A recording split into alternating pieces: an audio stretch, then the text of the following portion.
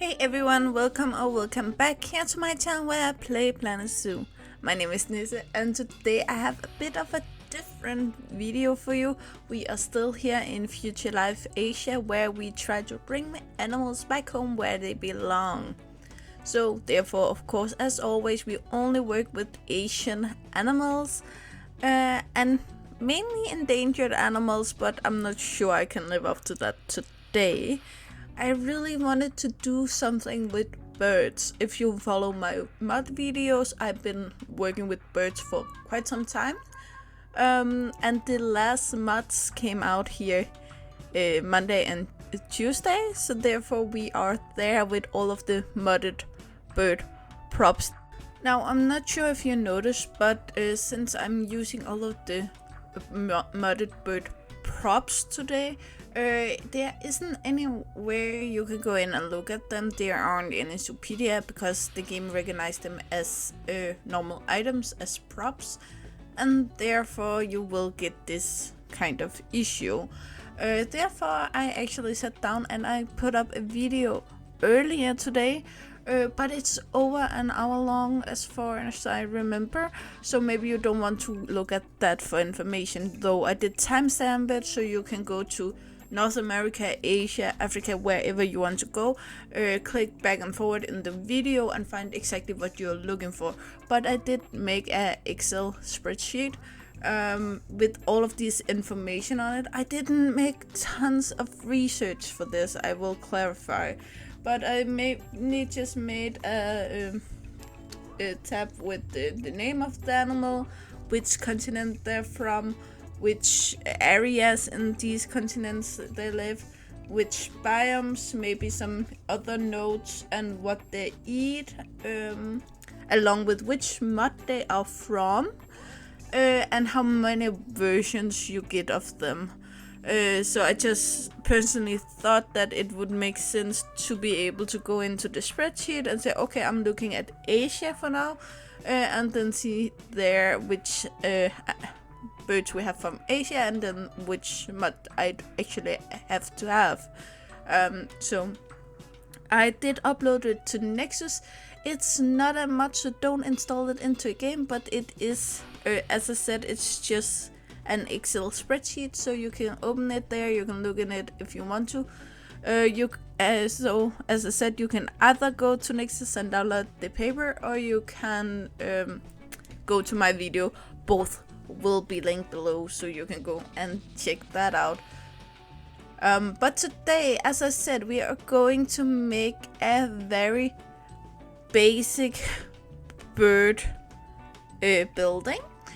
When I say basic, it is because it's the kind of bird buildings I saw as a child. If you follow my channel, you know I don't get outside because of my anxiety at this point. But I just remember these beautiful cages, these massive buildings that have these kind of animals, and a mud pillar build, which this is a mud pillar build is a building made of the mud pillar technique, is very good for making these kind of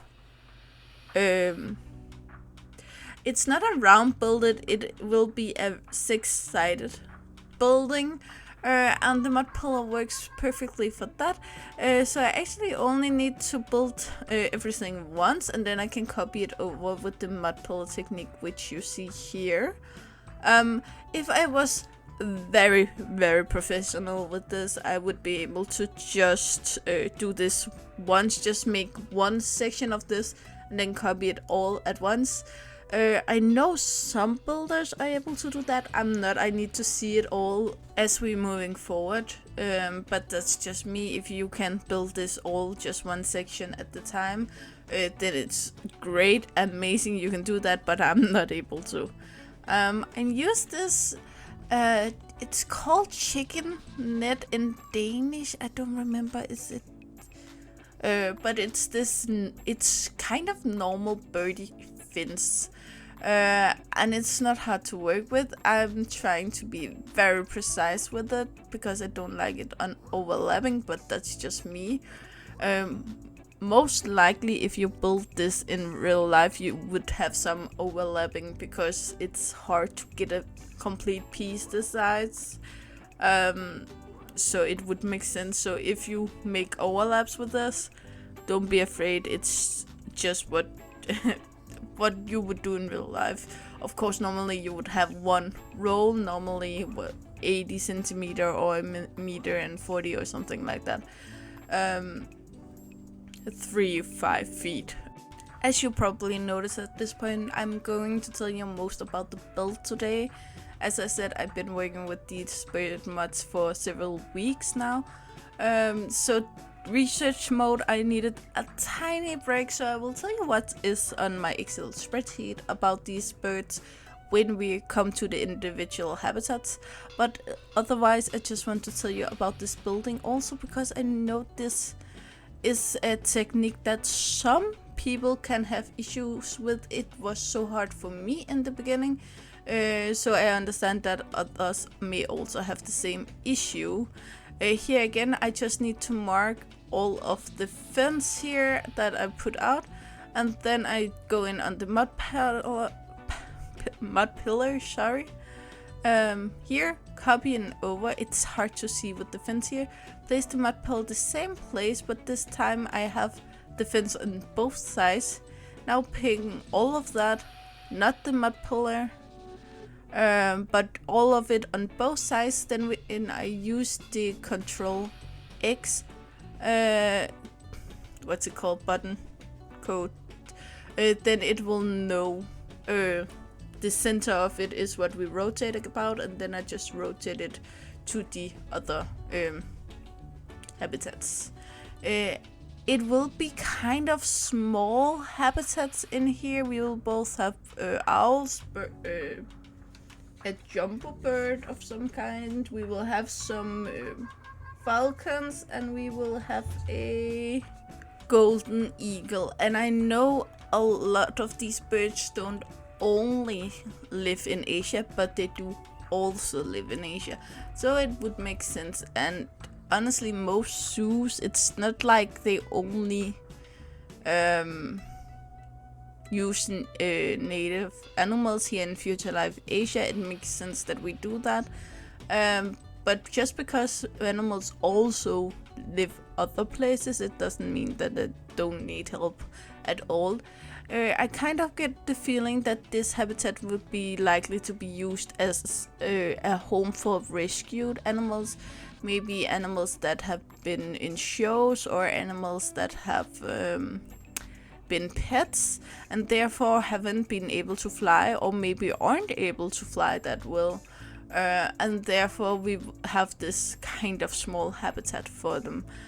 But they will all be able to have room enough to fly in here, and they will all be able to have enough spaces to sit on around the habitat, especially the small bird we have in here that you will see later, which will need, if it at any time should have a opportunity to get back in the wild, it needs to be able to and know how to hide, and therefore it's actually pretty naturally that they would have quite a lot of foliage compared with the other. It's also much smaller, so it's easier for it to get in between these what's it called, the logs of the trees. Here in the back they will all have this little home in here with a staircase. Of the staircase will both be for our keepers. Of course, they need to get up there and clean it out, and I think it's about 4 meters up. So we want to help our keepers a little bit. And then here you can see I removed all of the mud pillars in the middle because I don't need them anymore, I think. But I still kept one on the side, which are easy to get to, so I don't cover it accidentally. And I still have the same grid, so it will be able to go in and redo it and put one in the middle again if I need to. I'm not going to use all of the pathing I put down here. I will remove some of it later. But the thing of it was just that I needed to be able to get these kind of snatched lines, and it kind of, when you try to bend the pathing system, sometimes it just won't bend the right place. The little scene I have here with all of the birds is the one I made for my video where I told about where all of the bird mods come from. I made one of these scenes for every single continent. Again, if you want to see that, it is linked below, along with the Excel spreadsheet where all of the same information also are, if you just want to have that. And I will say all of the pictures of every single stage should be up on my Instagram about now, if I remember to do it. Now it's time for our first habitat in here, and it's for the golden eagle. The golden eagle is one of the birds in here that lives a lot of places. It lives in Asia, Europe, Africa and North America, and pretty much in every single area in those areas. They live in tundra, taiga, temperate forest, grassland, mountain and desert areas. So it was important for me to have kind of bare habitat, but still have a lot of trees in there to make it feel alive, and make sure that the golden eagle would have a lot of places to sit on. Here I block out the walls because I don't want it to scare its neighbors, since it is clearly the biggest animal in here, and I think it may be able to kill every single one of the other birds in here. I try here to make a thingy for it to sit on. It is a bit shorter than I would like, but I don't make these props. We luckily have a lot of great modders for that. So I put in one here on this stick, and then we go in here with the rock work. And it's not a lot of rocks, it's just a little, you know, here and there, or not here and there, just in the middle to make it seem less bare than it actually is. We put one more here, and we place the other eagle in the background because it either the eagle is looking for something to eat, or it is quite shy. Of course it needed something to drink from and eat from. Next on the list we have the Brown Falcon. It lives of course in Asia, more specifically Papua New Guinea and Indonesia, and then it also lives in Australia. It lives in savanna, woodlands, tropical savanna, rainforest, forest and swamps. I wanted to give it a water area because its neighbor also is a falcon and they do fish. So I wanted them to get used to the water, even though this wouldn't be enough water to fish. If you see any props in here, I use a lot of today for modded modded props today. So if you like any of them, I have two playlists on this channel with mods, and one of them is animal mods and the other one is prop mods, where I go over every single thing in every single mod, so you can go in there and check out where it is from. Now again, even though it's not as big as the eagle, the falcon is still a quite big bird, so we need still to make room in here for it to flap its wing and fly around and kind of get used to an area where you can find. I do pick some trees that would grow up through the roofs, but nothing too big. I again try to cover up here some extra to make sure that it doesn't get stressed out by the eagle. Again, the eagle would be able to take on the falcon, even though it's probably wouldn't be a good idea for either of them. I do work around with a lot of ideas, but I do end up leaving this kind of bare. Also because some falcons actually also live partially on the ground. Not totally at all, but partially. For instance, go down to get a drink, as this one will. But we of course also wanted one up here that try to flap its wings. Next up we have the neighbor, and it may as well be its cousin. It's the Peregrine Falcon, and it's live of course in Asia, that's why it's here, but also in North America, Europe, Africa, South America and Oceania, so pretty much everywhere but Europe. It lives in tundra, tropical grassland, desert, mountains, scrubland, rocky areas, coastal riparian. And again, that's also why we wanted to make sure it have water in here to get used to it. Also because we would be able actually to make some water effects as moving water in here. So our birds would be able to get used to it, but when they knew in the habitat, it would be still water, so they could kind of work their way up. Again, they live in rocky areas, so the rocks in here works perfectly, and then of course we need to give them something to climb a little bit on, so we try with this one. And then again we try to leave it bare so they have plenty of room to move around but still have something to sit on. Especially in the beginning, if they haven't been able to fly that much before, then they need to be able to just flap their wings a few times and then land on something new.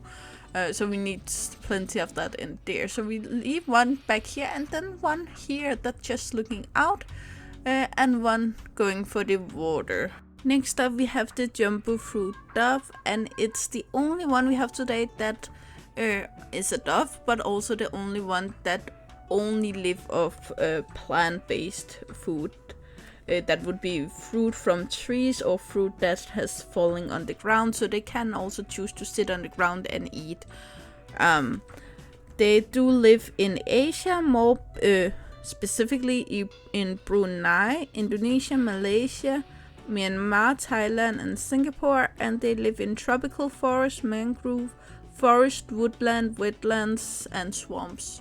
So I wanted to give them a lot of foliage in here, some exotic plants, some bushes, something on the ground they could hit in, something in the air they could hit on, and then just allow them to fly around. We was also able to have much more of them in here, since they actually live in small groups in the wild, where the bigger birds more are solitary or kind of near and not a partner, but males and females can kind of overlap territory, but not females and females or not males and males. But these we have a lot of. Next up we have the common barn owl, and it lives everywhere. Every single continent and almost every area of that continent. They live in grassland, forest, scrubland, wetlands, freshwater, riparian, desert and urban areas. So it is an animal that you can actually find near or around in a city. So that's actually quite cool, and I do believe it is also one of the species we do have here in Denmark. You know, I love to mention when we actually have animals that we have in Denmark, even though here it is here because it lives in Asia. Something that actually is about a lot of owls, and also our next owl you will see in a minute, is the fact that they are needing either a tree with a hole, which you have seen in Bambi, the Disney movie, for instance, where the owl lives in this hole in the tree, or a kind of cave in a rocky area or something like that. That could also be mountainous areas. So they could hide in there. They sleep through most of the day, which we will come back to when we do foliage around this habitat. But they can also be active during the day if they are disturbed. In here, of course, we need a meat plate, since they do eat meat and not fruit and fish. Sorry, also fish, but mostly small birds and mice and that kind of stuff. Oh, we already through to the next one, and it is the lizard Sooty Owl, I think it's pronounced. It's lived, of course, in Asia, more specifically on Papua New Guinea and Indonesia, and it also lives in Australia.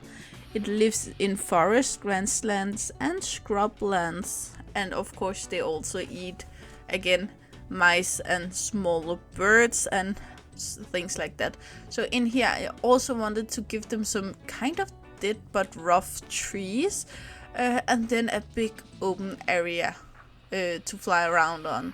We of course need again to give them the meat plate and the water, and then we're gonna hide one in here and place one up here.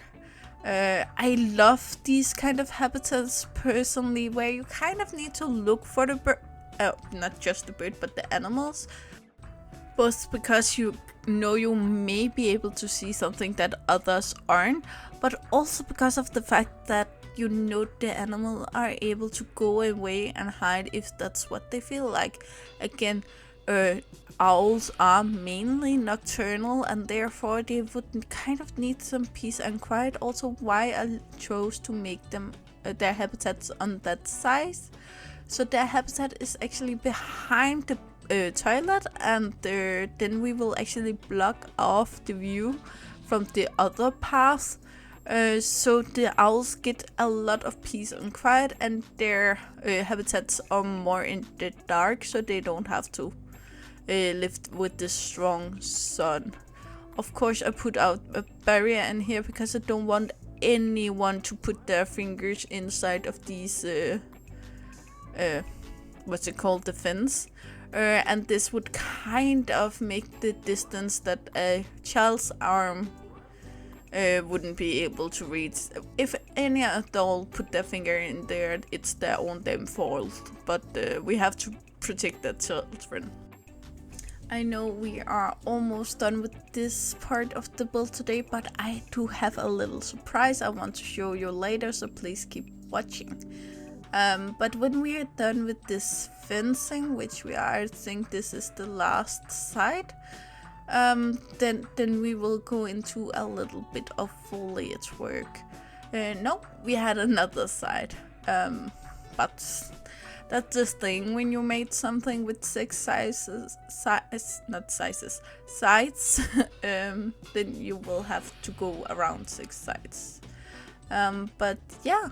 That's the main part of today. Then I go in here and remove some paths that I didn't need, and then over here we're gonna just utilize this little part to have another flower bed. You know I love my flower beds. It's both good for the biodiversity, of course. At this point we have a lot of these flowers, but we also need to think about the animals living in those flowers. Maybe this is too small to house anything too amazing or great, but the big ones, as the ones we're making over here, will be able to actually host almost, yeah, a beehive or whatever you wanted. I know it's hard to see at this point how big it is, but you will be able to in a second. At this point we are at the marketplace, I think I named it, next to the ride we've been working on for the last couple of weeks. And here you can see we have a much bigger area. It won't be completely secluded to this point, but it is, yeah, it's very good, if I may say so myself. Why did it stop there? Weird. Sorry, I did clip this video together before I made the voiceover, so if, yeah, I'm not going back and redo it again. I'm so sorry, but I don't. But here I just put down this barrier. If I had noticed before, then I would have used this thick one as the beginning, but some of the older habitats have the smaller ones, so I kind of try to make them blend and using them both. Then I use these, and it's the planted roof we got with the newest DLC. it's amazing for flower beds in the ground here. I'm not really sure if this is a flower bed anymore or if this is just like just the space between things.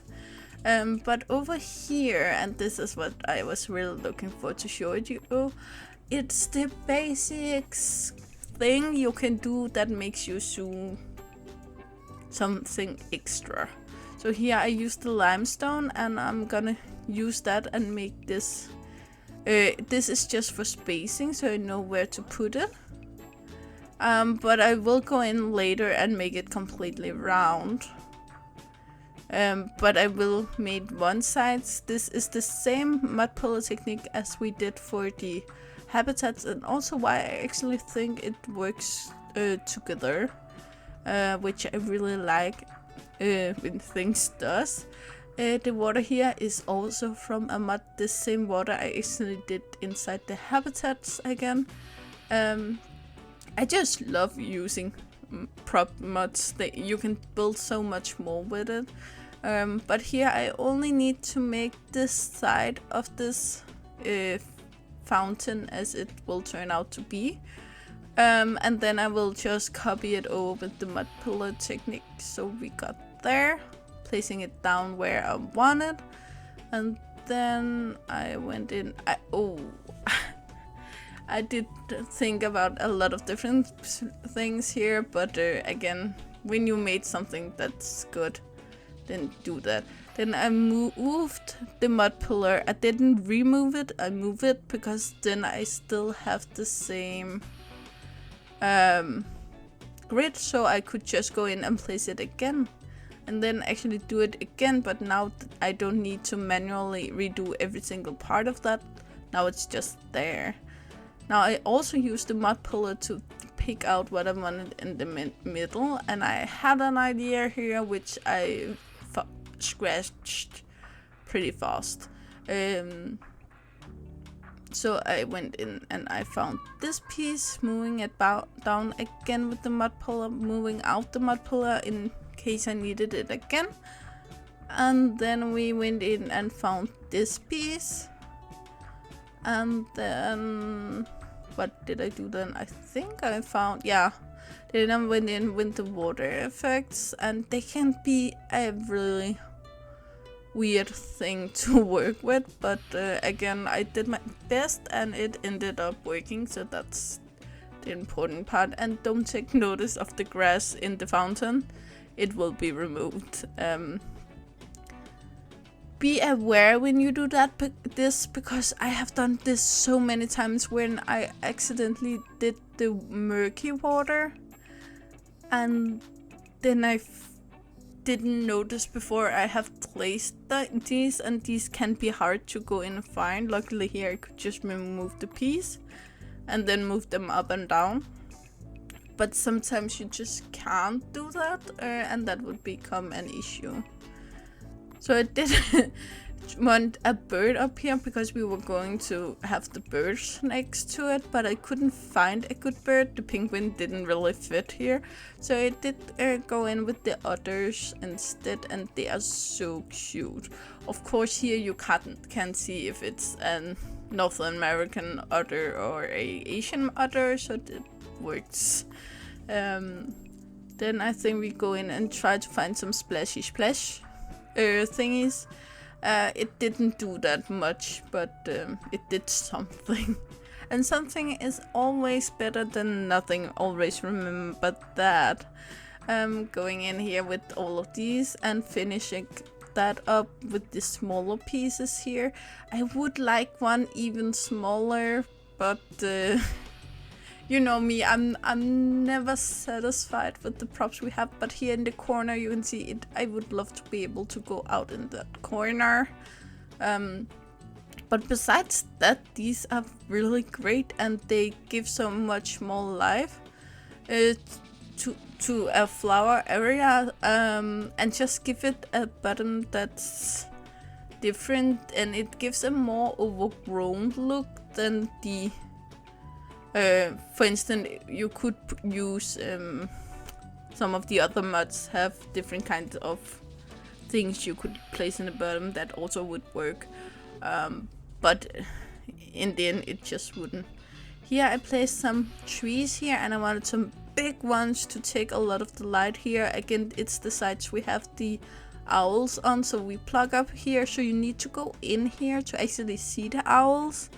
And it will also be kind of noise cancelling, so if anything is too noisy over with the orangutan and the simongs, then it would kind of cancel out a lot of the noise, which our owls would probably appreciate. During the summer they may actually sleep outside, which is also why they is even easier to disturb, but that's their own choice if they want to do that. Flower wise, it's the same plants as I have in every single flower bed in this area. This is also why I really like mods, because they do bring in some new foliage. I do believe maybe one of the trees I used today is from a pack, but I would really love even more different flowers, basically because we have a lot of flowers in the game as is, but as soon as you go in specifically and search for a specific biome combined with a specific continent, then you kind of sort out a lot. Now the thing I do here is actually kind of stupid, but it's because I wanted something to mimic that we have information about the birds. But I'm just too lazy to make my own educational boards, and you won't be able to connect any education board here, since there's actually aren't a habitat according to the game. And therefore I just made these. So every time doing the cinematic, when you see a cow, just imagine that it's information about the birds. Yeah, it was just the funniest picture I could find, but I think we're here, guys, so enjoy the cinematics, and I will be back in a minute or two, or 10.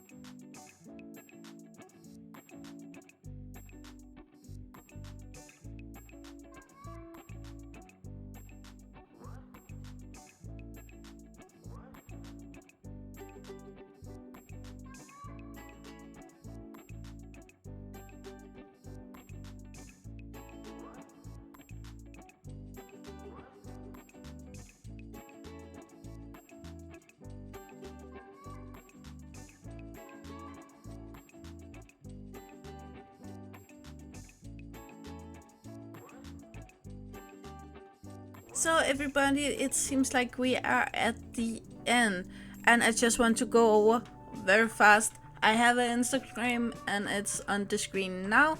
I upload teasers, schedules, whatever I'm doing on YouTube. You will see hints of it over there days before, if not a week before sometimes.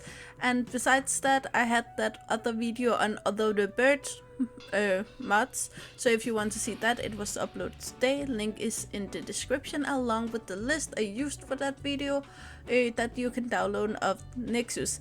Along with that, every single mod I used for the birds will be listed below. If you want any of the other mods, you will have to go into my playlist for modded items because I can't remember everything, I'm sorry.